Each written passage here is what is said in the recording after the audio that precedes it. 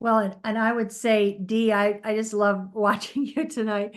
You are so full of the joy of the Lord. I just love it. And so Dee is another one that has done the work that has been very challenging for her, probably more challenging than anything that any of the rest of you have, but she's been persistent. And what happens, Dee? Can you testify to what happens when you do the work? Oh, nothing like put me on the spot, Linda. I mean, Well, I just see this joy as like, because all this junk comes out, guys, and what happens? The joy of the Lord fills you up. Watch her face. I mean, Look at the little angel light above her. look at the look at the halo above her head. And so this is what happens, guys. So let her talk. Yeah, okay. well, I mean, Linda, I crack up when I hear you talk about writing in the book and how intimidated you were, and I get the offer, and I'm like, yay, let's go. No, And no, and I've never written, and then I end up writing in two books for them. And look at all the doors that have opened up since I agreed to do two chapters. And you all know, I wasn't here last week because I went to Michigan to speak at a conference, and they've already invited me back to speak next week or next year, and which is amazing to me. And then, wow, shoot, while I was there, um, I got a call to go actually meet in person the CEO of Women World Leaders, which still cracks me up. On your way home, why don't you come on over to the Ohio area? Yeah, so I drove 5 hours out of my way to meet her, and spent almost 48 hours with her. And I can share this with you guys, but it is in confidence at this point. They've offered me a column in their quarterly magazine.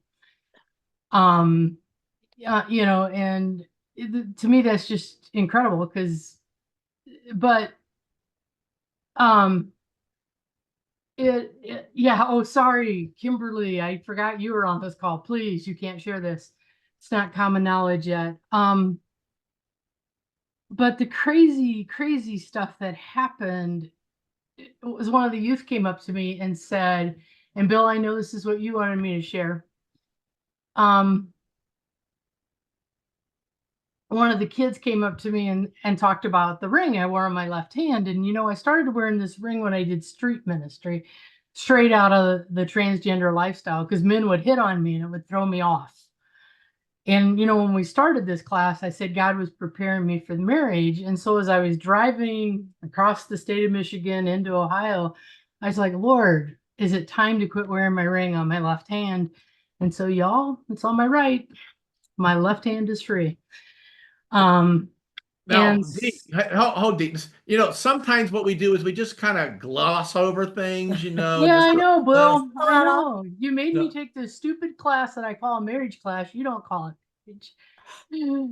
And so I had to ask the Lord, does that mean you're not preparing me any longer? Does that mean I'm ready? And so I guess, so one of my inner circle people I talked to Sunday said, "Oh, so you're on the prowl." I said, "No, no, we are not using those words." Because Bill, you told me I would attract what the Lord has for me. So I am not on the prowl, y'all. I'm just not making it confusing for them anymore I only wear the ring when I'm doing ministry because it reminds me God's with me. So Because deep.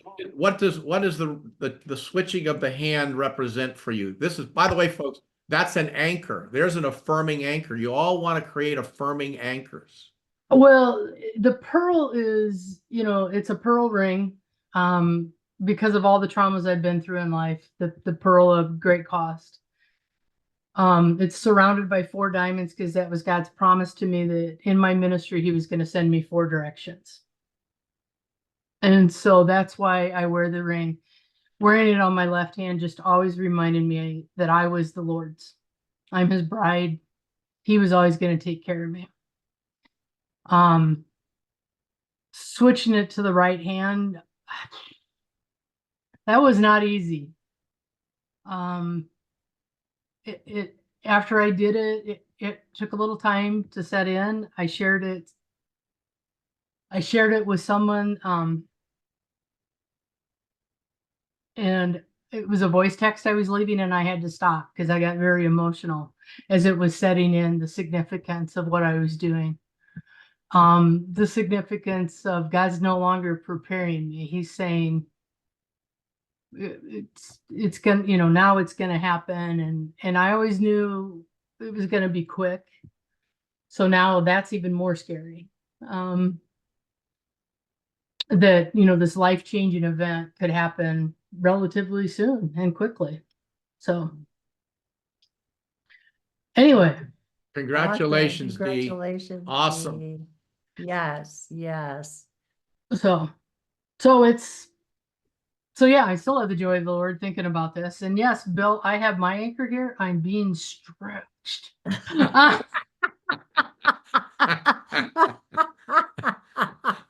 it always isn't comfortable, right, folks? It isn't usually comfortable. You want to sit back in your nice little comfort zone. People always ask me, how did I get the way I am? I'm going to tell you, it's really simple. My dad taught me do 3 uncomfortable things every day, and eventually you'll get so uncomfortable that there's very little you're uncomfortable with. Yeah. I intentionally do something every day in design. When I find myself uncomfortable, I intentionally do it. Well, And now it's a freeing thing. I purposely wore the ring tonight so you could make me talk about it. It was I didn't want to wear it.